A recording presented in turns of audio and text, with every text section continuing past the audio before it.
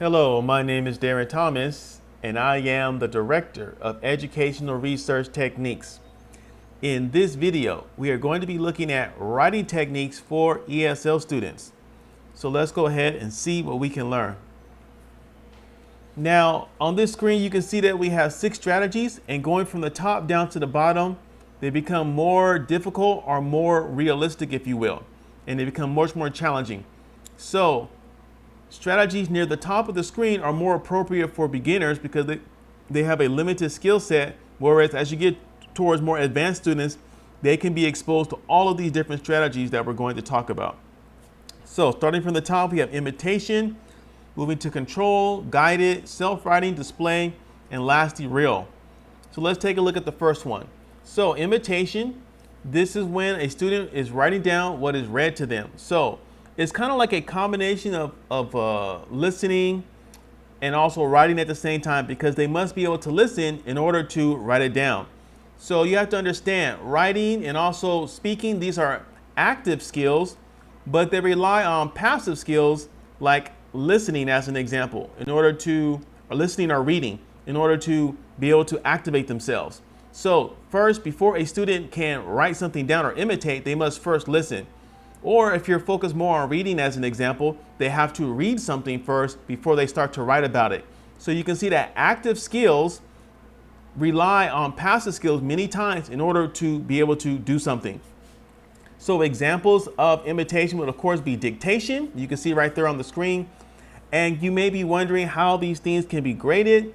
Sometimes teachers will use a rubric based on whatever criteria is important to them. Another way is a count system where you count the number of words the student was able to write down.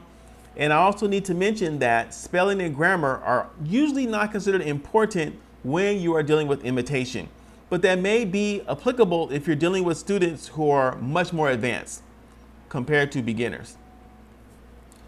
The next one that we have here is called control writing, and this is where you modify an existing text. So you're not making your own text, but you're changing a text that you've already seen. And again, it's almost like an editing exercise. And so the example I have here on the screen for you is you change all the words in the paragraph from the present tense to the past tense.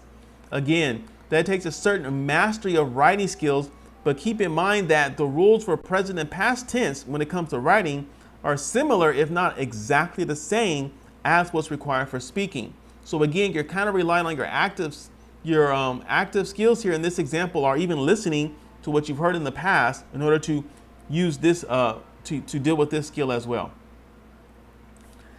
Next, we have something called guided writing. And this is responding to something. An example of that would be like a video. So they respond to a video, they respond to a text, whatever. And so you watch a video and you just share what you think about it. That's one way that you can do that. Summarize it however you want. And one of my favorite strategies when working with advanced ESL student was the reaction paper, in which the student would share what they read, share me a summary, and then they would also react to it. What did they think about what they read? And then they would also end by asking me some questions, some words they did not understand, or some sort of a general question. And so by writing this reaction paper, I was able to assess whether or not they were at least familiar with the text that I assigned to them. Moving on to the next one, we have here self-writing. And this is writing that's only meant for the individual student. It's not really meant for public display or for discussion. It's just for the student to capture their own thoughts and ideas about something. So the most common example that I'm sure many of us are familiar with is journal writing. So you just share about your day, share about your problems and your concerns, however the teacher wants to set it up. And of course, since this is self-writing, it's generally not graded. It's just a chance for the child to practice writing without the stress of performance. That's one of the primary goals of self-writing. Getting towards the end here, we have display and real writing on this particular slide. So display writing is student writing in which the teacher assesses the answer. So there's some sort of a answer or, a range of reasonable answers that the teacher is already familiar with and is trying to mark the student accordingly. So often, if you're taking an exam, as an example, you'll have essay questions. Generally, the teacher has some idea what the answer is, or should at least know what direction the student should go in. And so, based on their idea of knowing what the answer is, they're able to assess the quality and the accuracy of the actual response of the student. And of course, real writing is a slightly different context in which the reader or the teacher does not know the answer. So the example I gave you here on this screen is like if a student writes their autobiography. The teacher probably does not know the life history of the child, and so they don't know what the answer should be. And of course, this is just one example. If the teacher has the students research a topic that they're not familiar with, that would be another opportunity for real writing, when you are sharing with an audience who is not familiar with your topic. So there are certain things in that style of writing you must do that may not be required in the essay, in which the reader is already familiar with what you're writing about. You may have to define specific terms that are maybe unique, that maybe the reader does not know. You have to find ways to break things down and explain them simply.